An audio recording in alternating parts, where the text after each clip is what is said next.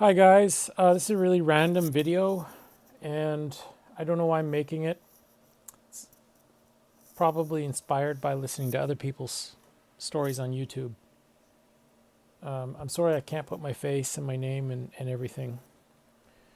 Um, but I just thought of two instances where I almost died and what they had to do with the J Dubs. So the first time I was 15, and I remember it would have been September, maybe October of 1989 in Halifax. And I was a grade 10 student at Halifax West High School. And I had enough. I remember I slammed the locker door shut. I got on my mountain bike and I cycled down to the bridge. And I was going to jump. And I knew you'd die if there'd been reports, in the newspaper of people doing just that from that spot. So I went out and I didn't tell anybody. And to this day, I've only told my wife, who met me many, many years later. So this wasn't a cry for help or something like that. This was real. I uh, I cycled. I started cycling over the bridge, the big bridge, and I just about got to the center point, and out of nowhere, there's this patrol car pulls up, and the guy pulls, like, kind of cuts me off, and he gets out of the car, and he's like, you can't cycle on the bridge, there's no cycling. I didn't even know this, but it just jolted me. He was a commissionaire. um,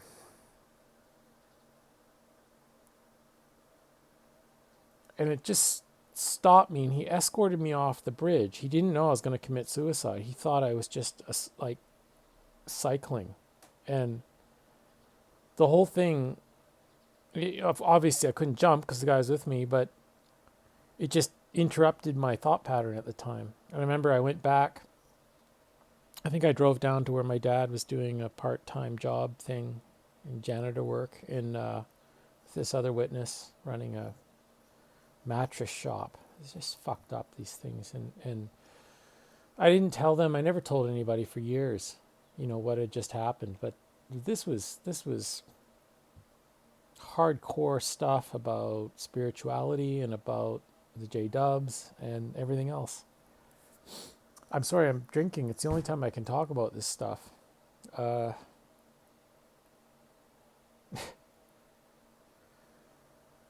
I'm projecting this image every day in life that I'm kind of a happy-go-lucky, positive guy, and I've got this family now and a company and everything, and but this is always in the back of my mind somehow.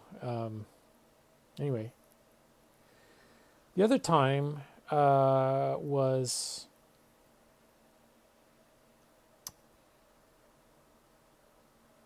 when I was on the west coast of Canada, on Long Beach, Vancouver Island, and it would have been 1995. I think the summer of 95. Could have been 90. No, it would have been 95, I think. Maybe 94. Anyway, my sister, the first boyfriend she ever had, married, but the guy came over from Vancouver, and I was surprised because the guy was like, he had a Jeep, a convertible YJ or something, and I was just like, wow, he kind of was. Um, I didn't expect my sister to ever get a boyfriend. I didn't think about it that much, but I was surprised. Just, we were miserable JW kids, and this guy's parents were not J Dubs. He was an immigrant, but his parents were. Anyway, we all went out to the beach, and there was another girl along with us. And I remember I went swimming, and I was so depressed. I didn't know. There was this whole lead up, from that time I'd almost jumped off the bridge around that time. It started earlier in Toronto, junior high, but I knew it was wrong, but what are you going to do? And there's all these conflicting things. And I went out swimming, and my life sucked so much. They had forced me onto so-called antidepressant medication after it actually. I had a breakdown not long after that bridge attempt. Not because of the bridge thing. Nobody knew about that. It was just I started freaking out. It was just too much to handle. It was after my 16th birthday. In the winter, it sucks so bad. I could tell you why it sucked. It's very logical. It's not like a mystery, or it's not like I needed psychological help or medicine at all. It was totally lifestyle related. No goals, no friends, not allowed to, go to university or have a career or be happy or have a girlfriend. I could go on and on and on. It just sucks so bad. And the hypocrisy, I think that's another thing, what people were actually doing. Anyway, my parents and everything. So this, fast forward to, I'm 21 and we go swimming on the beach.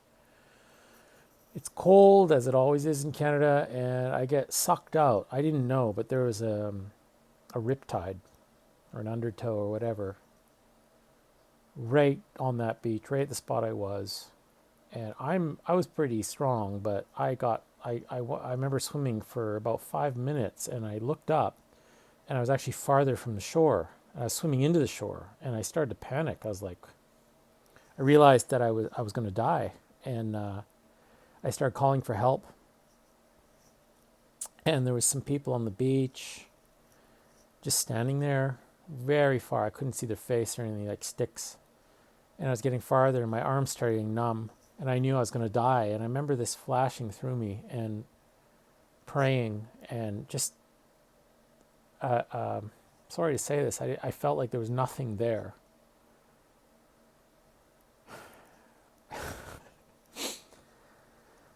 And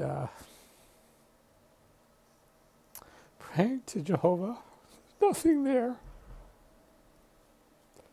And I felt like a worm. I felt like my life was nothing. All this effort for nothing.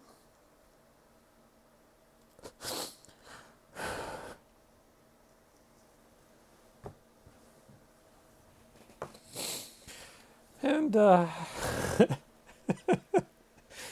and out of nowhere, this guy, surfer, I hadn't seen him. Literally nowhere. I hadn't known there was anyone in the water. He pulls me out of the water on his board. His name was Raphael. And takes me in. Looks kind of a little bit perturbed that I'd kind of taken his time.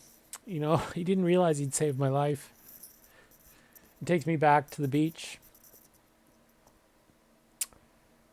Disappears into the waves again. He was literally, I looked around, he's the only person in the water that day. Beach patrol truck comes by about 40 minutes later. I shouldn't get into it. Anyway, I was just shocked, the callousness, My sister's boyfriend and said to me, "Oh, if you would have so I can't remember what it was. I have to think about that. But he said something like, if you had died or gone under, we would have been standing here all day. Like, we wouldn't have known what to do." And I just remember being shocked at how they didn't care. I could tell, I could feel they didn't care. And my sister was so stunned with her own problems that she either didn't or couldn't care. And God damn, and there was this guy, a stranger that was standing on the beach with his family or a group of people. I found out later, And I remember he saw me and he's like, "Oh, we saw you waving out there. We didn't know if you were, waving for fun or you're in trouble." And I heard a poem or story many years later in university. It was saying waving. I can't remember. It was something like waving, not drowning, or something. And it was just about exactly that. People not knowing whether you're in trouble or you're having a good time. And